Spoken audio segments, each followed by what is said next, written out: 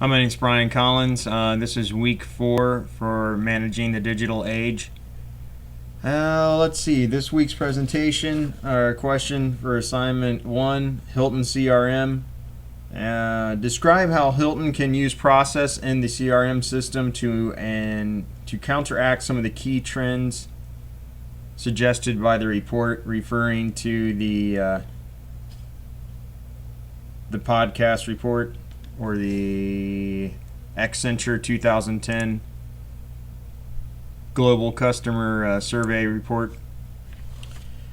What Hilton had keyed in on is that they got a internal on-queue CRM system, IT system, for recognizing customers' wants, needs, for retaining customers, tracking customers, basically not saying their purchasing, but where they stayed within the Hilton and their 8 associated partners.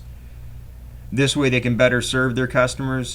Coming from a retail background, I can personally testify that it's not always price, it's experience. Customer loyalty is gained and earned through customer satisfaction. If you take care of the customer, regardless of price, they'll come back to you, and I think that's what Hilton's trying to do.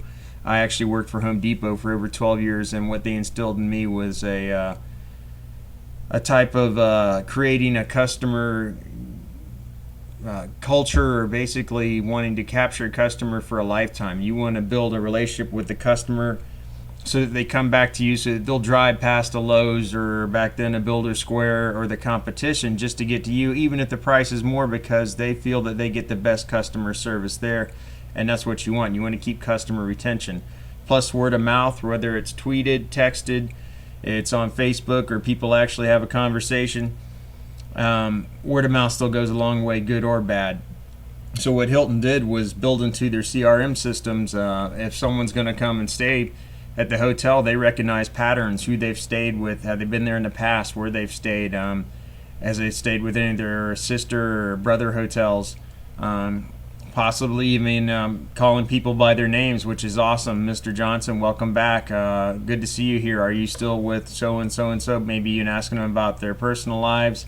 That gives a more personal touch. I think something that has been lost in all this outsourcing and trying to downsize and save money, and in our fast-paced world, Hilton's actually using kind of an old-fashioned methodology, getting to know people, using technology in an old-fashioned manner. I think people basically want to feel like it's an experience, that they're more than just a dollar sign to Hilton, in the sense that they're staying there is it's not just a hotel, it's basically an experience. No matter where they are, they're paying maybe more than they would somewhere else to be taken care of, to be recognized, to have good customer satisfaction, to have a certain quality of bed sheets, or something noted in a customer's profile, or extra hand towels, any of that left by the attending staff. And so this report had come out basically saying that there was a trend in customer service that basically in the last few years had been waning, where customers are willing to walk away, and still are willing to walk away from a variety of different sectors in the business world for poor lack of customer service. But on the other hand, the trend in 2010, people are willing to pay more, for sure, for better customer service. And customer retention is also increased for the first time in a few years in 2010, based on good customer service. But I think what you're seeing in some of the emerging markets is maybe they're a little higher.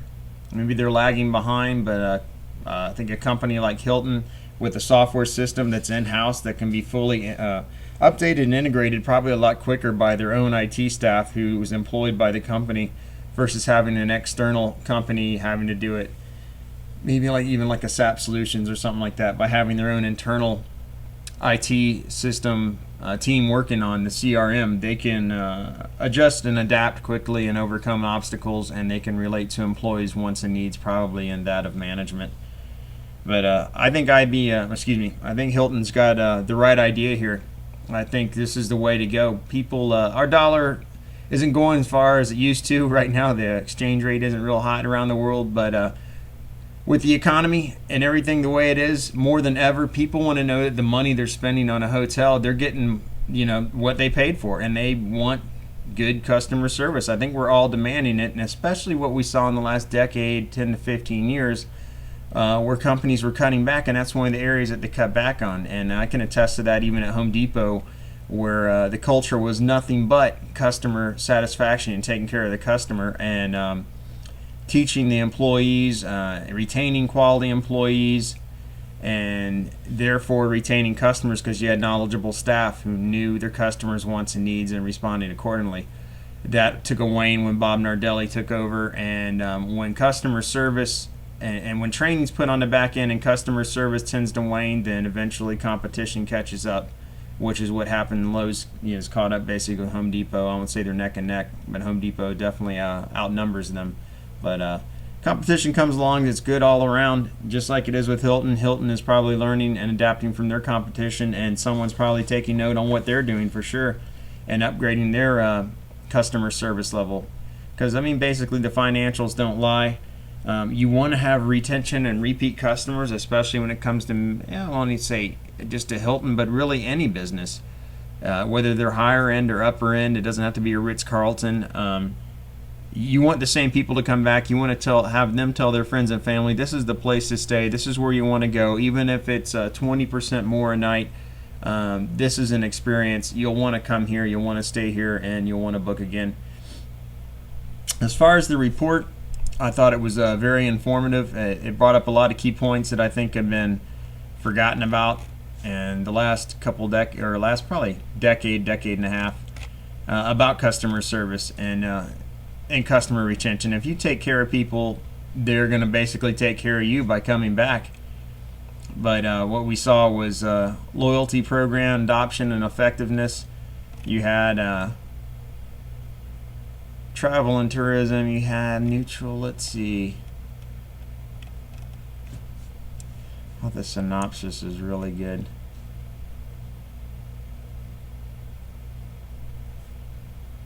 The thing about dissatisfied customers is once a customer is dissatisfied, the likelihood all of us are probably maybe it's being American or just in general, we're very, very quick to switch. One incident, unfortunately, is probably worth 10, 20 times all the good incidences. We seem to let that stick in our mind, but we're real quick to switch teams. But I think Hilton's probably very good at taking care of and adapting to any customers' wants and needs and any problems there are, and making sure that people are satisfied, even if it means that they're going to take some kind of a loss. And I saw the same thing at Home Depot as well. I've seen managers basically give away things that you tell them, the customer's wrong, they're trying to return something that they damaged or whatnot, and managers have to look at the big picture here. You don't want to save $14 in the sense of losing a customer for a lifetime, and then basically they're going to tell all their friends and family and lose all that potential income as well.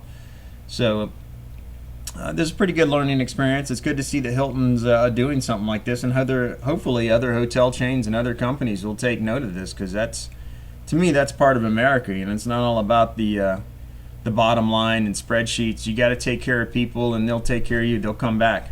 That's what it is. Customer service is about that. It's about that interaction, especially in our digital age when we're all on our Blackberries, smartphones, texting, tweeting, and we're in a self-involved world, that this personal interaction is still out there, and it's being parlayed into the business world, and in fact utilized in a very effective manner, tracking people's spending trends and what they're using and airline miles and everything, and then putting that into a database that can be used to benefit all parties involved. Thank you. That sums up this week's for managing the digital age, or competing in the digital age. Thank you. Have a good evening.